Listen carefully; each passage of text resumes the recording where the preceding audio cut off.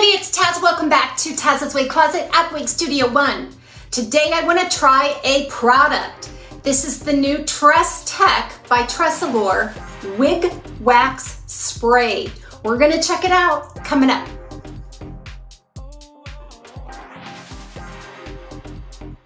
First of all, I am not a big fan of products in my wigs.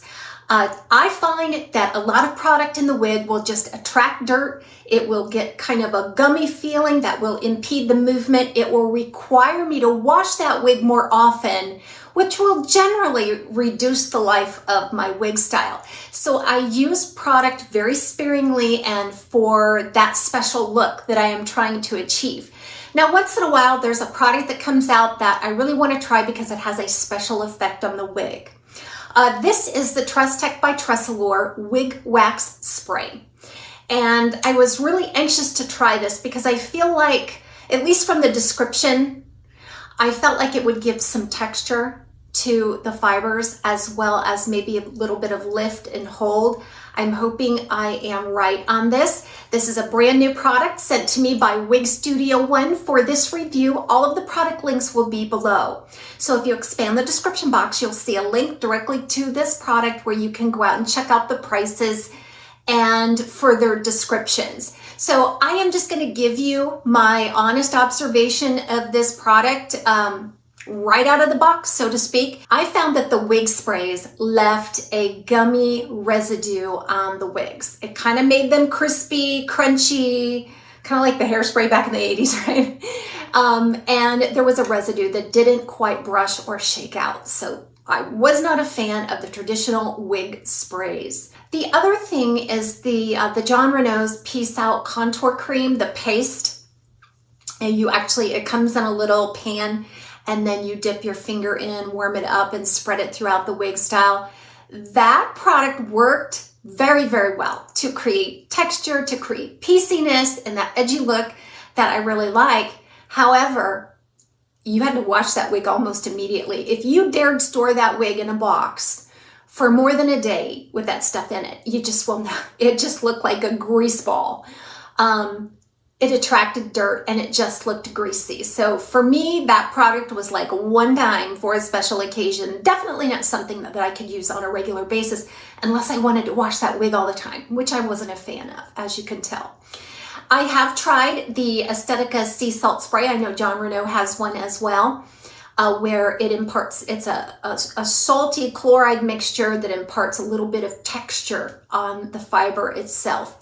And that's supposed to create that beachy, piecey look that is so popular. And I tried that all out on 4 or 5 different styles in my review, and I love the product. Absolutely love the product. And that sea salt spray seemed to work very well for me, and I would buy that product again. So I'm here ready to try out the wig wax, and I'm actually wearing Rosella by BELLE in the color Root Beer Float Blonde. This has some nice beachy wave to it. It's fairly flat on top, absolutely no contour to it. And I just want to see what kind of looks I can get with this. So what I'm going to do is, the first thing I'm going to do on this wig is attempt to create some volume with this product. So I'm going to read these directions to you, and you know how that print can be. Even people with perfect eyes can barely read it. But let me grab my readers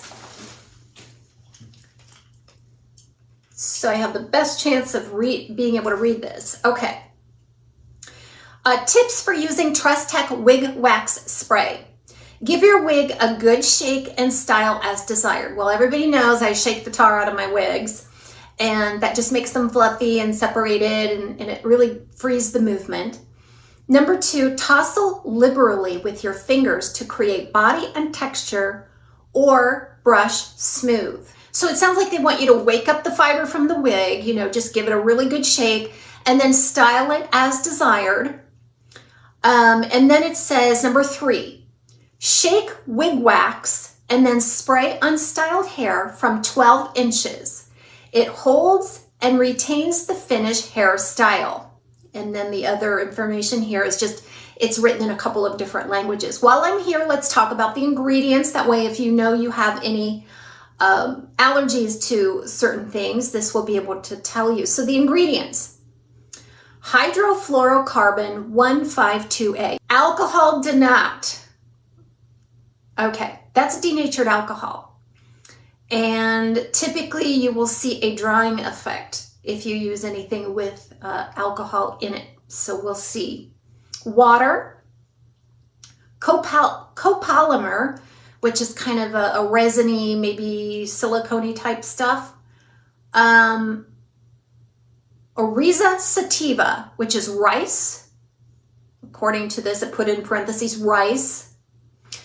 And so that rice starch is probably going to create some texture and some hold within itself. Grapeseed oil, that sounds natural. Sodium PCA, again, the sodium's probably another texture ingredient. Glycerin, fragrance, limonene, benzyl salicylate, benzoate, citronello, and geraniol. I am going to remove Rosella here and shake it out and attempt to create some volume with this product. Okay, so I'm shaking it really well, shaking the wig out. Now I have done this once I removed it. I did an unboxing on film with this Rosella, so I have already shaken it out. But let's go ahead then, and I am just going to spray this at the root area. That's typically where I would spray it in order to get lots of volume. So about 12 inches away.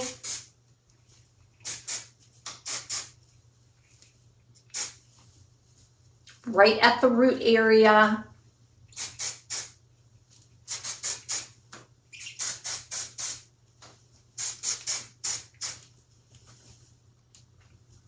Okay. It has a strong fragrance. It's not a bad smell.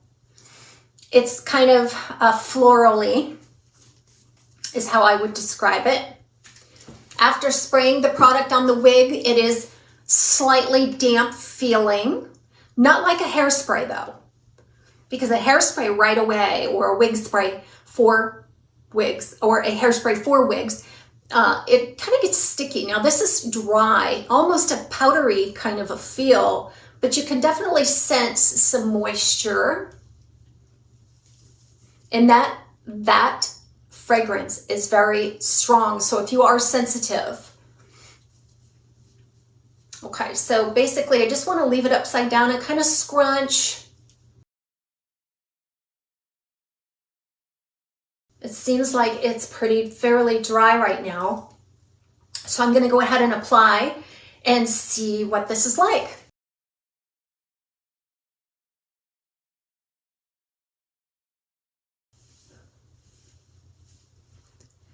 Wow, it did add some body.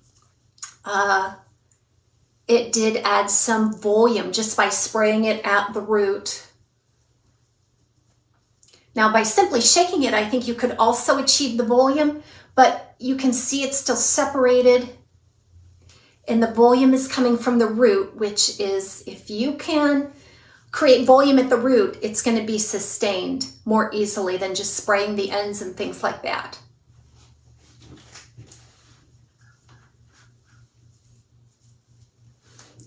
Wow, guys, this is like permatease in a bottle.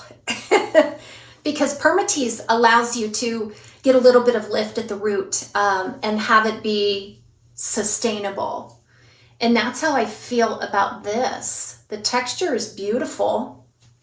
So what I sense is that I'm getting a little bit of hold. There's no tackiness, so it dried perfectly clean. I don't sense any product in this hair at all just by touching it. Now I'm thinking that I could probably get away with this treatment one time for many different wears. There seems to be a little bit of texture added as well. Almost like it kind of blew up the fiber a little bit, made it bigger. Like the denier of it seems to be a little bigger. Okay, so what else do I want to do with this? Let's try to define a little bit of curl. So you see this is really choppy, and maybe I just want a smoother curl, especially around the face, because that helps keep it out of the face and so forth. Let's take a look. So now I'm going to try this just in the palm of my hand. I'm going to see how it comes out. Okay, it comes out kind of milky, but then turns immediately clear.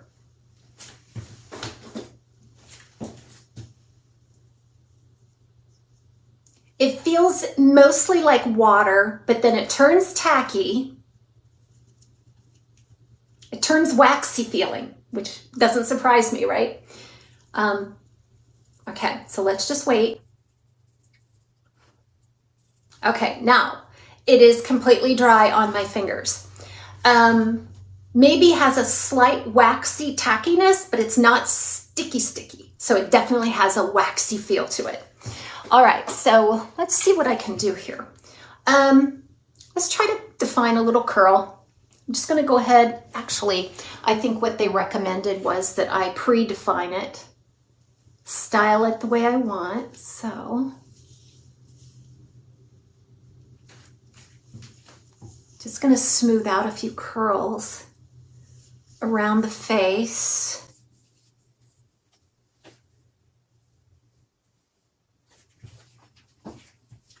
And now I'm gonna pick it up just slightly so that I can get some buoyancy so it doesn't stick straight down.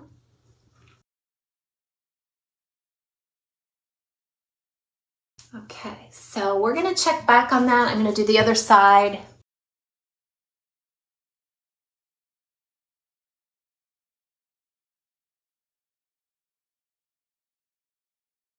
So are we noticing anything? Those curls are a little more defined. I think this kind of, this really set the style. Don't you think right there where I sprayed it? And you know, it's almost dry already. So again, not feeling any stickiness, doesn't weigh it down. So what I did last night was I sprayed the root of my Julienne by Jon Renau in the color Venice Blonde because Julienne is hand-tied. It doesn't have any permatease and it kind of just hung a little bit limp. So I wanted to see if by spraying at the root, I could achieve some volume and curl definition by using that wig wax. And I've let it sit back here.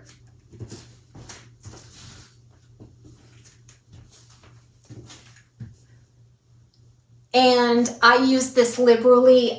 It's completely dry. It doesn't feel tacky. It doesn't feel powdery. It doesn't feel sticky. It doesn't feel waxy.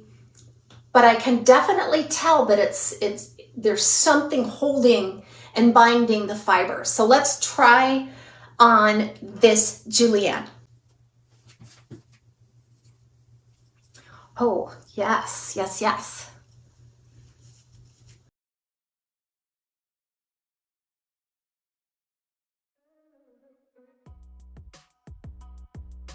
Okay, final summary and assessment of this product.